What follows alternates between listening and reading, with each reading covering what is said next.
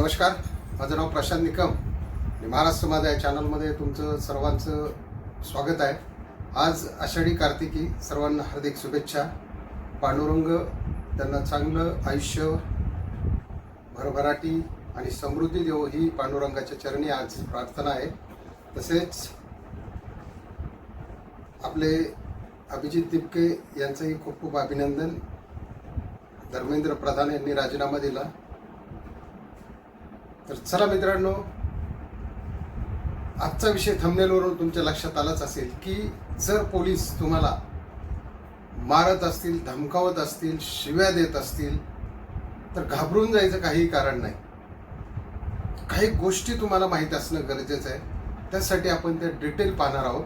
म्हणजे तुमच्या मनातली जी पोलिसांची भीती बसलेली आहे किंवा तुम्ही जर त्यांना ह्या काही गोष्टी बोललात तर त्या ठिकाणी तुम्हाला मारहाण होणार नाही, शिवीगाळ होणार नाही किंवा कुठल्याही पद्धतीच्या धमक्या दिल्या जाणार नाही. तर एखादा पोलीस जर तुम्हाला धमकी देत असेल तर त्याच्यावर BNS म्हणजे भारतीय न्याय संहिता 198 नुसार, म्हणजे जे पब्लिक सर्वंट आहेत, पब्लिक सेवेतली जी लोक आहेत, पब्लिक सेवेतले जे अधिकारी आहेत, तर यांच्यावरती तुम्ही 198 कलम 198 नुसार गुन्हा दाखल करू शकता. त्यात त्यांना 1 वर्षाची शिक्षाही होते आणि दंडही होतो. आता दुसरी गोष्ट, जर तुमचे पोलीस FIR घेत नसतील, म्हणजे तुमची केस घेत नसतील, तुमची कंप्लेंट घेत नसतील, तर त्या ठिकाणी तुम्ही काय करायचे, जे SP आहेत, सुपरिटेंडेंट ऑफ पोलीस म्हणजे पोलीस अधीक्षक, म्हणजे 1-2 जिल्ह्याचा असतो किंवा 2-3 जिल्ह्याचे असतात, जसे नागरे पाटील आहेत SP, असे जे SP असतात यांच्या ऑफिसला जाऊन रितसर तुम्ही कंप्लेंट करायची. त्या ठिकाणी SP तुमची दखल घेऊन त्या ठिकाणी योग्य ती कारवाई करतात. जर तिथे तुम्हाला जर न्याय मिळाला नाही तर BNSS म्हणजे भारतीय नागरिक सुरक्षा संहिता 175(3) नुसार तुम्ही मॅजिस्ट्रेटकडे धाव घेऊ शकता, म्हणजे कोर्टात धाव घेऊ शकता. कोर्ट त्या ठिकाणी कलम 210 नुसार संबंधित अधिकाऱ्यावर किंवा त्या पब्लिक सर्वंटवरती 210 नुसार FIR दाखल करण्यास सक्ती करते आणि त्याला योग्य ती शिक्षा देते.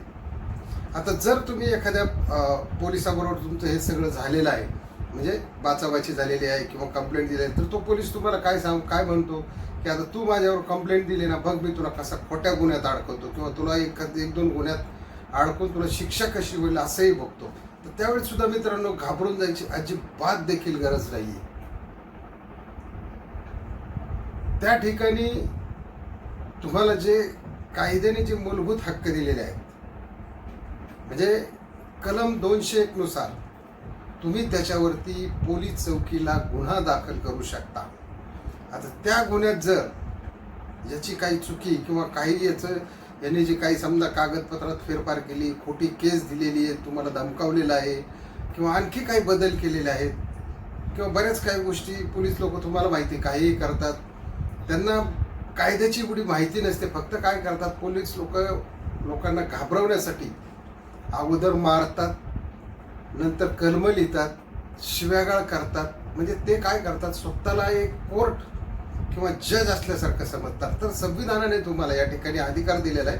201 नुसार, BNS 201 नुसार त्यांच्यावरती तुम्ही केस दाखल करायची आणि ही केस दाखल केल्यानंतर त्याच्यात जर काही सापडलं चुकीचं तर कोर्ट त्याला 3 वर्षाची शिक्षा, दंड आणि दोन्हीही, आणि नोकरी तर त्याची निलंबित होतेच होते, म्हणजे त्याची नोकरी पण जाते या ठिकाणी. त्याच्यामुळं पोलीस मारतायत, हाणतायत, या गोष्टीला तुम्ही बिलकुल घाबरू नका. आज आपण रस्त्यावरती गेल्यानंतर बघतो, ट्रॅफिक पोलीस सुद्धा, तुम्ही जर व्हिडिओ काढायला गेले तर तुमच्यावरती हात उचलतात. आणि दुसरे जे ग्रामीणचे पोलीस असतात, म्हणजे खाकी ड्रेस ज्यांचा असतो, ते तर चौकीत गेल्या सुरू होतात शिवीगाळ करणे किंवा मारहाण करणे किंवा त्याला धमकावणे किंवा त्याला काही लाचलुचपत मागणे. अशा वेळी तुम्ही कुठलीही गोष्ट घाबरायची नाही. तुम्हाला या 3 गोष्टी जर माहिती असल्या ना, 198 नुसार त्यांना सांगायचं मी तुमच्यावर गुन्हा दाखल करेल, नसेल तर मी SP ऑफिसला जाईल, नसेल तिथं मार्ग तुम्ही मॅजिस्ट्रेटकडे BNS 175(3) नुसार तुमची केस देईल.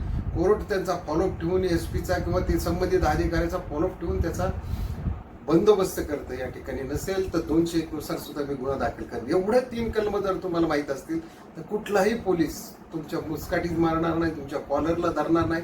कारण फंडामेंटल राईट्समध्ये, मूलभूत हक्कामध्ये तुम्हाला तुमचं म्हणणं मांडण्याचं स्वातंत्र्य दिलेलं आहे, तुम्हाला गप्प राहण्याचं स्वातंत्र्य दिलेलं आहे, तुम्हाला बरेच स्वातंत्र्य त्या ठिकाणी दिलेले आहेत. त्याच्यामुळे तुम्हाला ते मारू शकत नाही. त्यांना चौकीमध्ये असताना किंवा म्हणजे कस्टडीमध्ये असताना मारण्याचा, हाणण्याचा, धमकवण्याचा, शिवीगाळ करण्याचा काही अधिकार नाही.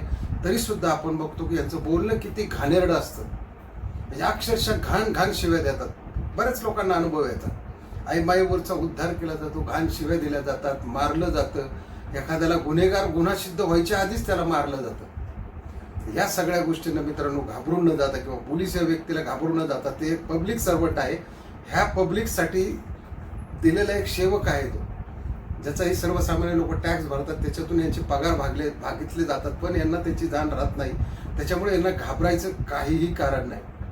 तर चला मित्रांनो, आजचा व्हिडिओ कसा वाटला नक्की कमेंटमध्ये लिहा. असेच आपले स्वतःचे मूलभूत हक्क जाणून घेण्यासाठी किंवा पब्लिक सर्वंटमध्ये असणारे लोक, करप्शन खाते असो, कुठलेही खाते असो किंवा सरकारी खाते असो, या लोकांना काय काय उत्तरं द्यायची हे आपण नेहमीच नवनवीन व्हिडिओतून आणून घेऊन येत जाऊ. त्याच्यामुळे जर चॅनलला सबस्क्राईब केलं नसेल तर सबस्क्राईब करा, लाईक करा आणि शेअर करायला विसरू नका. जय हिंद, जय महाराष्ट्र.